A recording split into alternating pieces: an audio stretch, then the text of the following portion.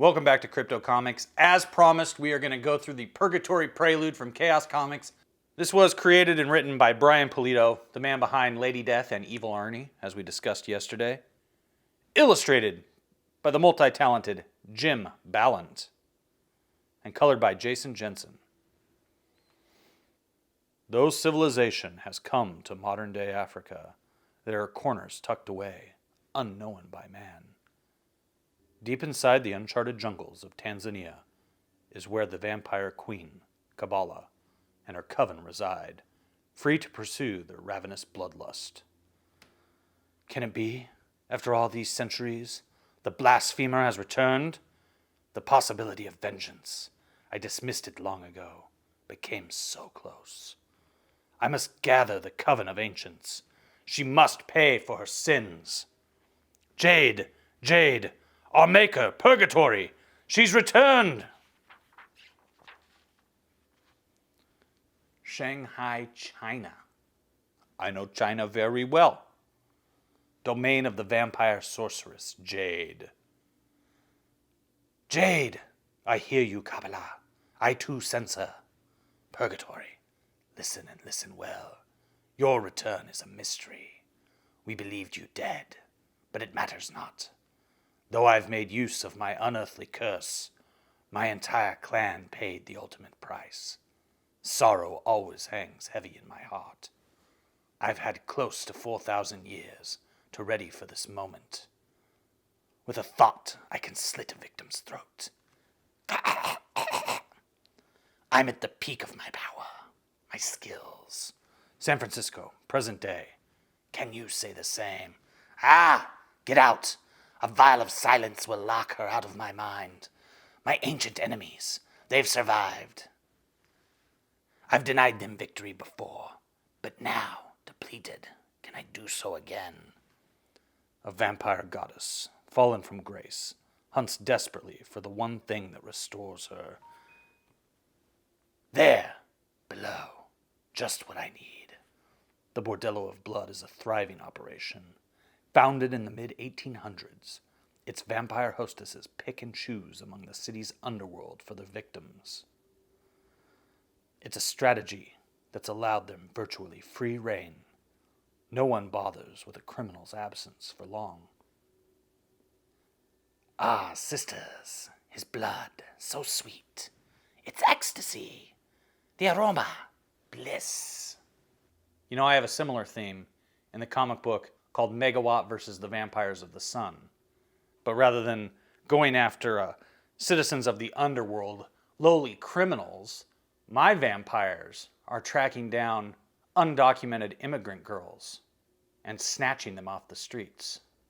Of course, unlike Purgatori here, my book is for kids aged 8 to 80. There's enough in there for little kids to feel brave while they're reading it, but there's also enough of an interesting plot that adults will enjoy it too. It's a perfect balance for children of all ages, and I guarantee you'll have some fun with it. Though these vampire vixens have accumulated considerable powers, they are used to a life of leisure. They are simply unprepared for what crashes into their well-mannered lives. Powerful blood! How delectable! Is she a vampire or a demon? Beware, she is both. Sisters, her thoughts invade my mind. In a single telepathic burst forced upon them by Purgatori, they learn more than they ever wanted to know. After all this time, they learn fear. This heartless creature of unbridled fury has traveled the road to hell. She's dared to feast on the blood of gods. Risking all, she's fed on the blood of the father of evil himself. No! The vixens reconcile themselves to their fate. Please, no! They know there is no escaping it because Purgatori, the vampire goddess, walks the earth again. It's pretty good. We were enraptured in the blood. You caught us unaware. Please, I cannot fathom your thoughts any longer. Your blood boils with uncertainty. Terror overcomes you, as I planned it. I love the taste of turmoil. Suddenly, haunting images invade Purgatori's mind. Though she tries, she cannot abate them. This Lady Demon, right here. This is Lady Death's alter ego. If you watch the Lady Death video from yesterday, you'll remember when we mentioned Lady Demon. You won't need godlike powers where you're going. Farewell, Purgatory. Meet your destiny. In her unsuccessful bid to take over Hell, she was banished to Earth by Lady Death's demonic persona and robbed of her legendary powers. Purgatory questions the sudden images. Is it the work of my ancient enemies? She asks herself, but she knows it is not. Kabbalah, Jade, the others, they remind her of the past. They remind her of tragedy, of passion, of betrayal. As her fangs pierce her victim's supple throat, Purgatory recalls a time she's done her best to forget. Pull! Pull, worthless slaves! It was the height of the great imperial Egyptian empire. The queen was obsessed with immortality.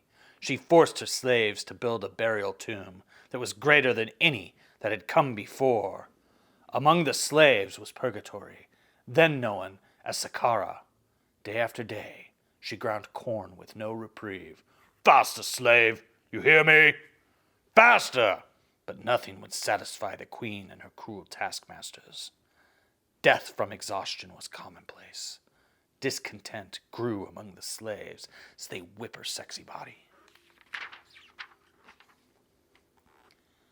Though Purgatory gorges on the vixen's blood, the images relentlessly continue.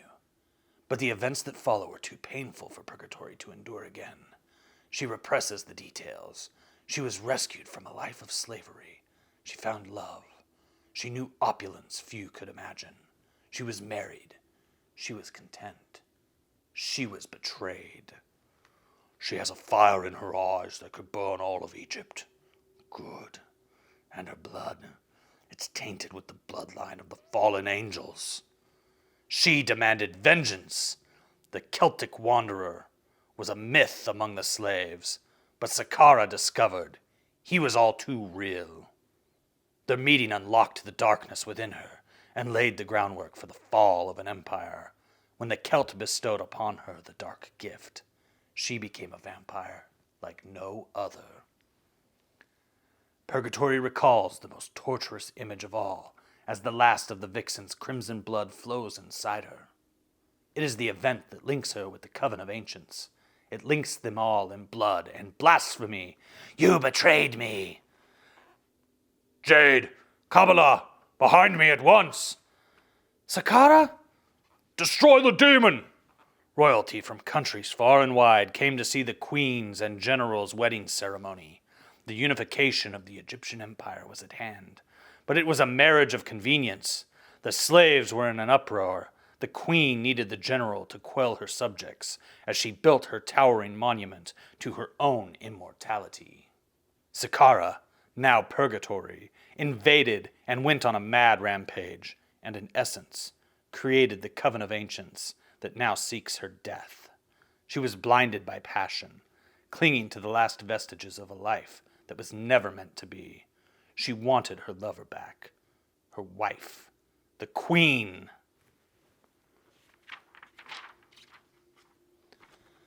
The images of the past fade as Purgatory's victim goes lifeless. She is pleased to forget them. For now my hunger is satiated, but it won't last long. I am no match for the Coven, and they know it. Their hatred knows no bounds, and they're coming. My only chance at victory lies across the ocean. Though it pains me, I must go to where it all began. To my homeland. To Egypt! Next, Purgatory, the vampire's myth. Coming July 1996. Pre-order now before it's too late. And here you have some very stunning sketches of Purgatory done by Jim Ballant, the artist on this book. This is gorgeous. Ooh! Whoa, whoa, whoa. The Dark Red Embrace. Creator-writer Brian Pulido and illustrator Jim Ballant.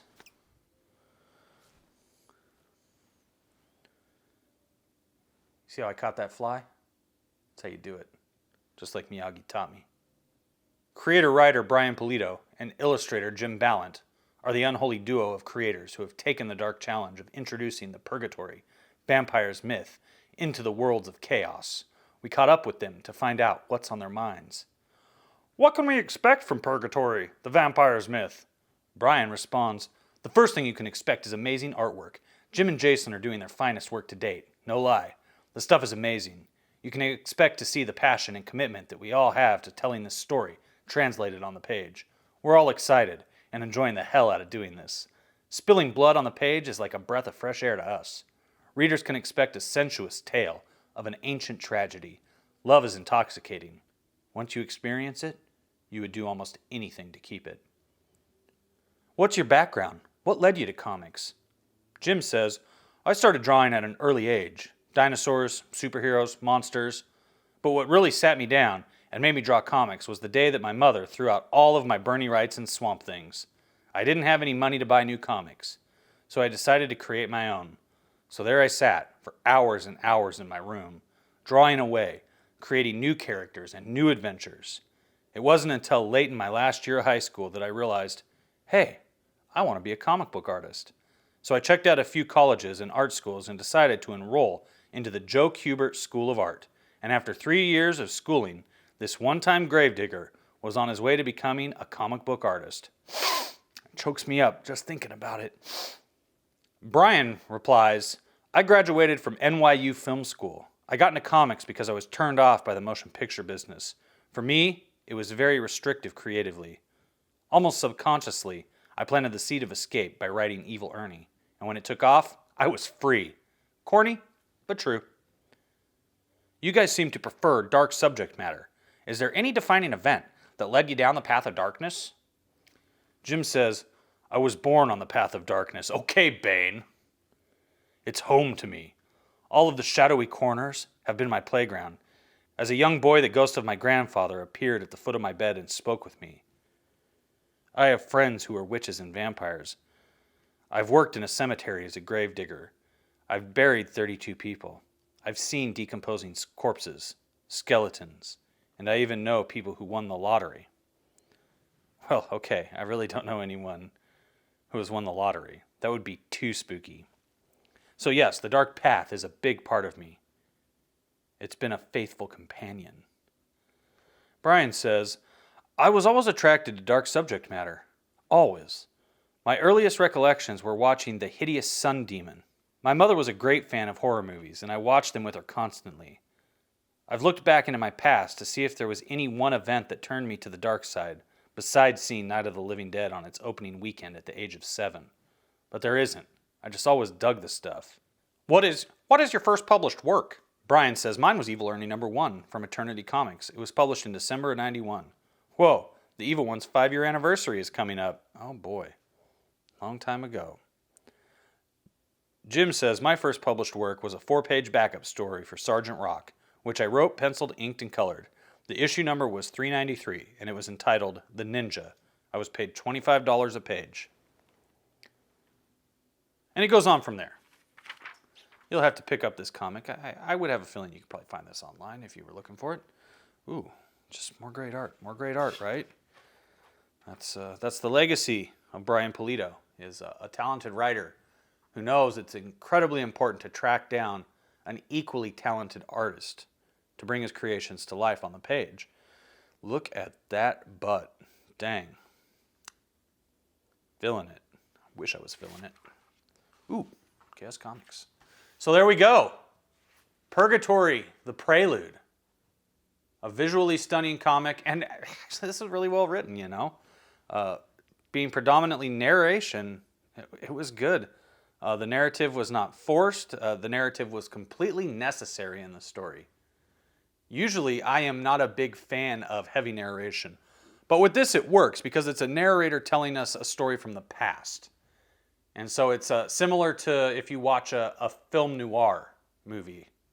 You're going to have a narration that gets us into the mind of the character, whereas this also does that too, but it's from a third person's perspective rather than from the character's own perspective and their own internal monologue. I tire greatly of internal monologues in comics. And so it was refreshing to not have to deal with that in this comic.